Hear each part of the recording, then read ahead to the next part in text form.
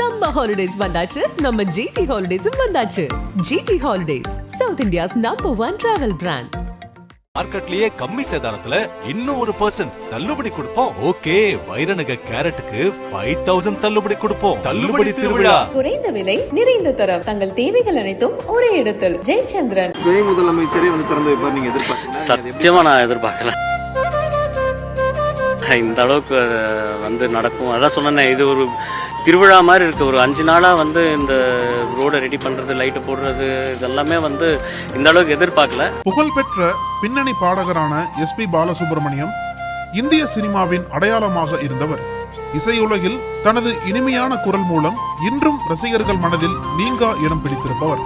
6 தேசிய விருதுகள், கணக்கில் அடங்கா பல்வேறு மாநில விருதுகள் என இசைத்துறையில் வரலாறு படைத்த எஸ்பிபி தமிழ், தெலுங்கு, கன்னடம், மலையாளம், இந்தி என பல்வேறு மொழிகளில் 40,000த்திற்கும் அதிகமான பாடல்கள் பாடி கின்னஸ் சாதனையை நிகழ்த்தினார். இப்பேற்பட்ட புகழின் உச்சத்தில் இருந்த எஸ்பி பாலசுப்ரமணியம் கடந்த 2020 செப்டம்பர் 25ஆம் தேதியன்று கொரோனா பெருந்தொற்று காரணமாக உயிரிழந்தார்.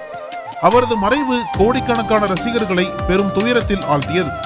தமிழ்நாடு முழுவதும் உள்ள பெரிய நகரங்கள், சிறு நகரங்கள், கிராமங்கள் என அனைத்து பகுதிகளிலும் அவருக்கு அஞ்சலி செலுத்தப்பட்டது. இதனையடுத்து மறைந்த பாடகர் எஸ்பி பாலசுப்ரமணியம் நினைவை போற்றும் வகையில் அவர் வாழ்ந்த இல்லம் அமைந்துள்ள நுங்கம்பாக்கம் காம்தார் நகர் பிரதான சாலைக்கு எஸ்பி பாலசுப்ரமணியம் சாலை என பெயர் சூட்டப்படும் என்று தமிழக முதல்வர் மு.க. ஸ்டாலின் அறிவித்தார். இந்த அறிவிப்பை தொடர்ந்து தனது கோரிக்கையை நிறைவேற்றிய முதல்வர் மு.க. ஸ்டாலினுக்கு நன்றி தெரிவிக்கும் வகையில் பாடகர் எஸ்பி பாலசுப்ரமணியனின் மகன் சரண் தன் குடும்பத்தில் சார்பில் அரசுக்கு வைத்த கோரிக்கையை 2 நாட்களில் நிறைவேற்றி கொடுத்த முதலமைச்சர் மு.க. ஸ்டாலினுக்கு நன்றி. கோரிக்கையை நிறைவேற்ற உறுதுணையாக இருந்த அமைச்சர்கள் உதயநிதி ஸ்டாலின், அன்பில் மகேஷ் மற்றும் சாமிநாதன் ஆகியோருக்கும் நன்றி என தெரிவித்திருந்தார். இவ்வளோ பெரிய ஒரு திருவிழாவாக நடக்கும் அப்படின்னு நான் எதிர்பார்க்கல.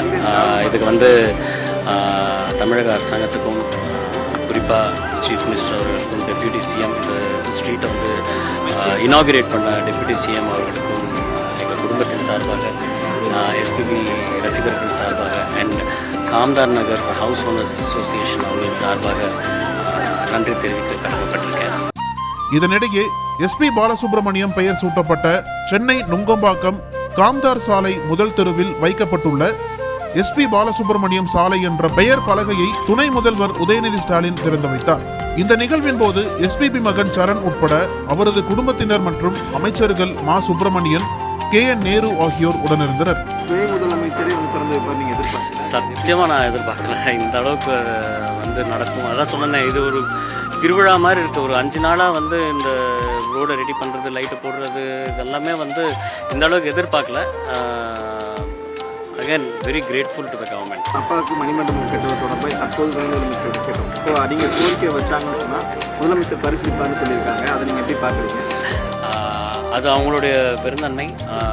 டெஃபினட்டாக அந்த வாய்ப்பு கொடுத்தாங்கன்னா நான் டெஃபினட்டாக